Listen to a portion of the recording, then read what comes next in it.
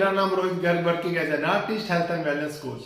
तो दोस्तों, लक्ष्य की सीरीज के ऊपर हम बात कर रहे थे कि लक्ष्य क्या है, उसके बारे में हमने बात की। अब थोड़ा लक्ष्य को और समझते हैं कि लक्ष्य आखिर है क्या। दोस्तों, जिस प्रकार जीने के लिए हमें हवा की जरूरत है, उसी प्रकार जिंदगी में कामयाब होने के लिए लक्ष्य की जरूरत है। अगर आपके पास लक्ष्य नहीं है तो अभी तक आपने जिंदगी शुरू ही नहीं की है। जैसे मैंने कहीं पे पढ़ा था, कहते कि दो चीजें जिंदगी में बहुत इंपॉर्टेंट है। पहला, जब आप इस धरती पे आते हैं, और दूसरा वो दिन सबसे इंपॉर्टेंट होता है जिस दिन आपको धरती पे आने का अपना कारण पता चल जाता है। तो दोस्तों, लक्ष्य निर्धारण करने में हम असफल क्यों होते हैं? क्योंकि हम ऐसे लोगों में रहते हैं जिनका कोई लक्ष्य नहीं होता। उनके लिए जिंदगी सिर्फ सुबह उठना, काम पे जाना, घर पे आना, सोना, इन तीन चीजों में उनकी जिंदगी चलती रहती है। जबकि कोई भी व्यक्ति, चाहे वो कहीं पे भी है, किसी भी लेवल पे है, किसी भी बैकग्राउंड को बिलोंग करता है, कुछ भी है, उसका कभी ना कभी एक लक्ष्य बनता है। चाहे वो बाय डिफॉल्ट बन जाए, चाहे वो खुद बना ले। जब वो लक्ष्य बनता है तभी वो उस काम में अचीव करता है। आप एग्जांपल लेके चलिए कि अगर आपने एक घर बनाना है, जब तक घर बनाने का लक्ष्य निर्धारित नहीं होता तब तक वो घर बनाने का जो भी प्रोसेस है वो शुरू नहीं होता।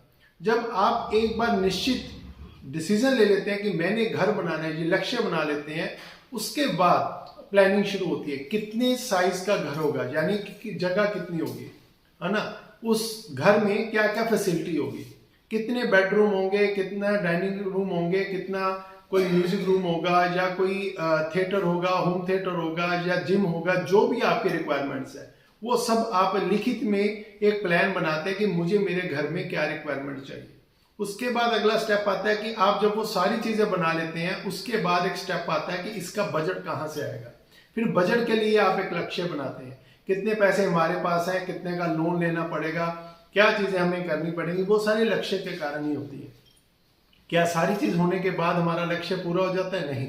उसके बाद जो मेन प्रोसेस है, हम उन सारी चीजों को टिक करना शुरू करते हैं जो उस लक्ष्य को अचीव करने के लिए जरूरी है। जैसे लीगल परमिशंस कितनी लेनी पड़ेंगी, कहाँ से क्या मिलेगा, मटेरियल कहाँ से आएगा, कौन इसको बनाएगा, कौन सा आर्किटेक्ट होगा, कौन सा डिजाइन होगा, हर चीज उस लक्ष्य के ऊपर काम करती है।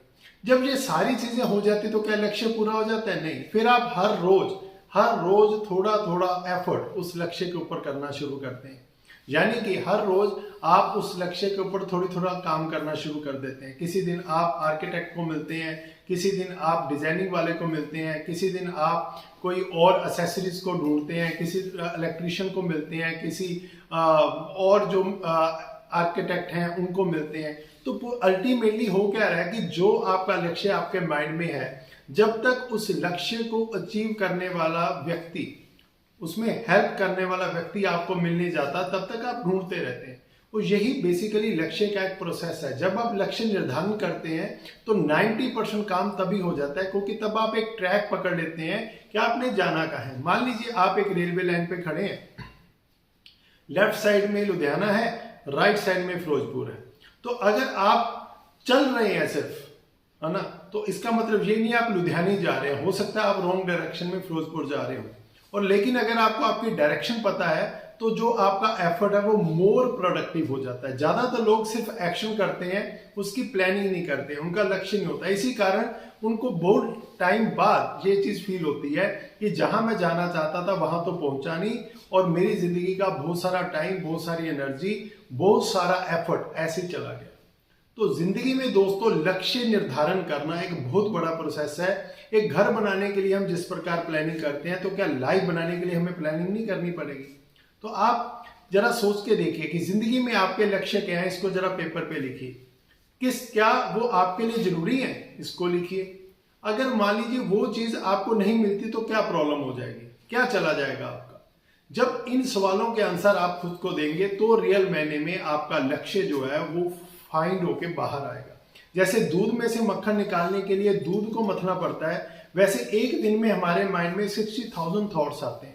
उन 60,000 थॉट्स में से जब तक हमें वो विचार जिसके कारण हम मोटिवेट हों, जो हमारा लक्षित थॉट हो, जब तक हमें वो विचार नहीं मिल जाता तब तक किसी भी काम की शुरुआत जो है वो प्रॉपर नहीं होती। और जब तक किसी काम की शुरुआत प्रॉपर ना हो उसमें अचीव करना मुश्किल हो जाता है। तो इसके बारे में थोड़ा आगे बात करेंगे नेक्स्ट वीडियो में। इस चैनल को लाइक कीजिए, सब्सक्राइब कीजिए। मिलते हैं हम नेक्स्ट वीडियो में। Thank you very much.